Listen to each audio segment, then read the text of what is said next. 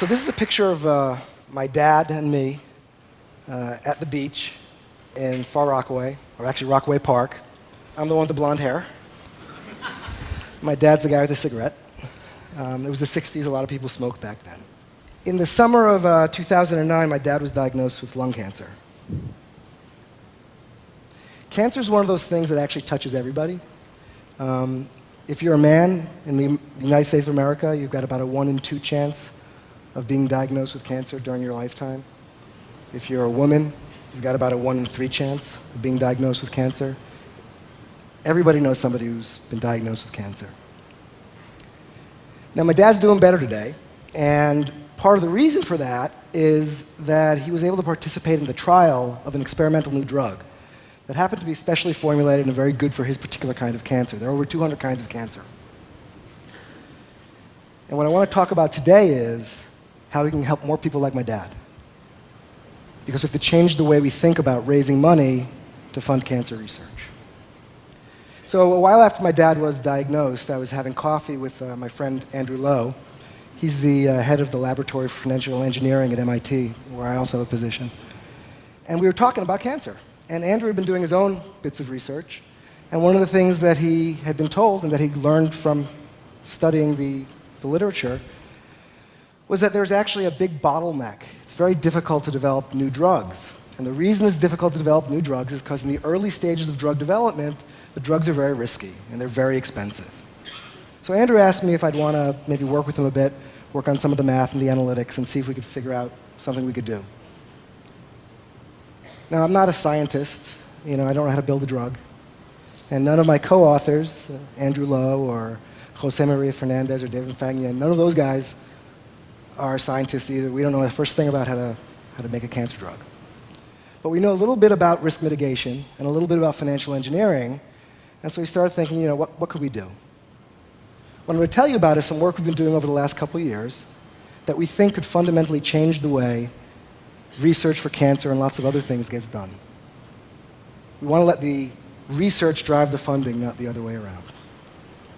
So in order to get started, let me tell you how you get a drug financed. Imagine that you're in your lab, you're a scientist, you're not like me, you're a scientist, and you've developed a new compound that you think might be therapeutic for somebody with cancer. Well, what you do is you test in animals, you test in test tubes, but there's this notion of going from the bench to the bedside. And in order to get from the bench, the lab, to the bedside, to the patients, you've got to get the drug tested.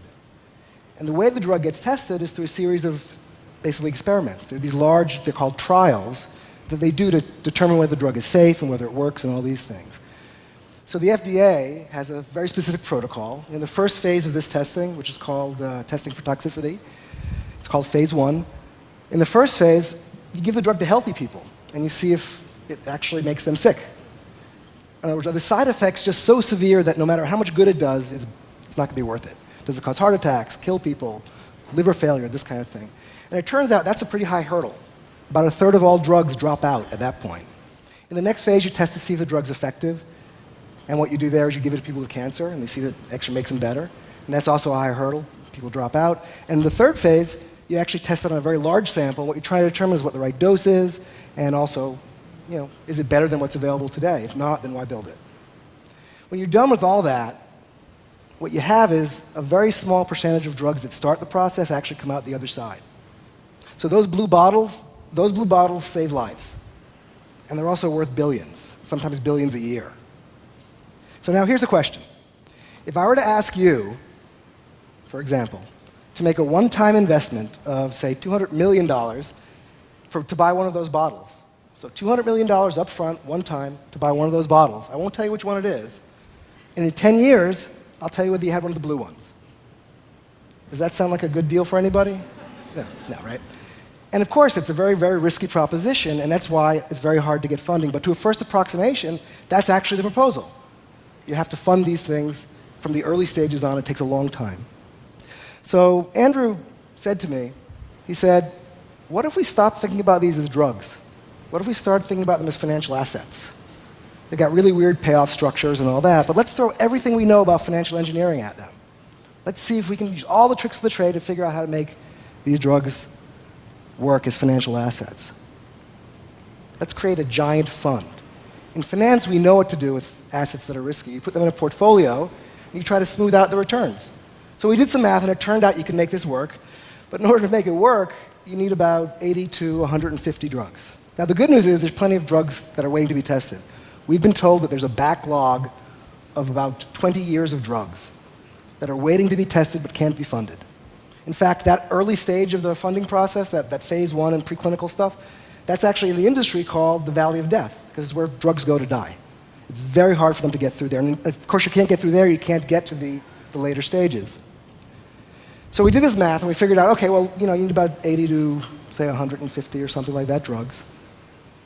And then we did a little more math, and we said, okay, well, that's a fund of about $3 to $15 billion. So we kind of created a new problem by solving the old one. We were able to get rid of the risk, but now we need a lot of capital. There's only one place to get that kind of capital. It's the capital markets. Venture capitalists don't have it, philanthropies don't have it. But we had to figure out how we could get people in the capital markets who traditionally don't invest in this stuff to want to invest in this stuff. So again, financial engineering was helpful here. Imagine the mega fund actually starts empty. And what it does is it issues some debt and some equity. And that generates cash flow. That cash flow is used then to buy that big portfolio of drugs that you need. And those drugs start working their way through that approval process. And each time they go through a next phase of approval, they gain value. Most of them don't make it, but a few of them do. And with the ones that gain value, you can sell some. And when you sell them, you have money to pay the interest on those bonds, but you also have money to fund the next round of trials. It's almost self-funding. You do that for the course of the transaction. And when you're done, you liquidate the portfolio, pay back the bonds, and you can give the equity holders a nice return. So that was the theory. And we talked about it for a bit. We did a bunch of experiments. Then we said, let's really try to test it. We spent the next 2 years doing research.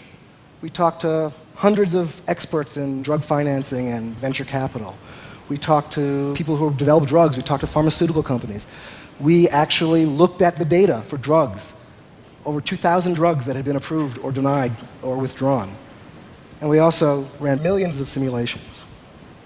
And all that actually took a lot of time. But when we were done, what we found was something that was sort of surprising. It was actually feasible to structure that fund such that when you were done structuring it, you could actually produce low-risk bonds that would be attractive to bondholders, that would give you yields of about 5 to 8%, and you could produce equity that would give equity holders about a 12% return. Now, those returns aren't going to be attractive to a venture capitalist. Venture capitalists are those guys who want to make those big bets and get those billion-dollar payoffs. But it turns out there are lots of other folks that would be interested in that. That's right in the investment sweet spot of pension funds and 401k plans and all this other stuff. So we published some articles in the academic press. We published articles in medical journals. We published articles in finance journals. But it wasn't until we actually got the popular press interested in this that we began to get some traction. We wanted to do something more than just make people aware of it, though. We wanted people to get involved. So what we did was we actually took all of our computer code and made that available online under an open source license to anybody that wanted it. You guys can download it today if you want to run your own experiments to see if this would work. And that was really effective because people that didn't believe our assumptions could try their own assumptions and see how it would work. Now there's an obvious problem, right, which is there enough money in the world to fund this stuff? I've told you there's enough drugs, but is there enough money? There's $100 trillion of capital currently invested in fixed income securities. That's 100,000 billion. There's plenty of money.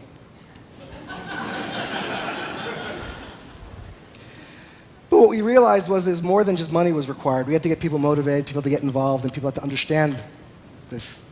And so we started thinking about all the different things that could go wrong. What are all the challenges to doing this that might get in the way? And we had a long list. And so what we did was we assigned a bunch of people, including ourselves, different pieces of this problem. And we said, could you start a work stream on credit risk? Could you start a work stream on the regulatory aspects? Could you start a work stream on how you would actually manage so many projects? We had all these experts get together and do these different work streams. And then we held a conference. The conference was held over the summer, this past summer. It was an invitation-only conference. It was sponsored by the American Cancer Society and done in collaboration with the National Cancer Institute.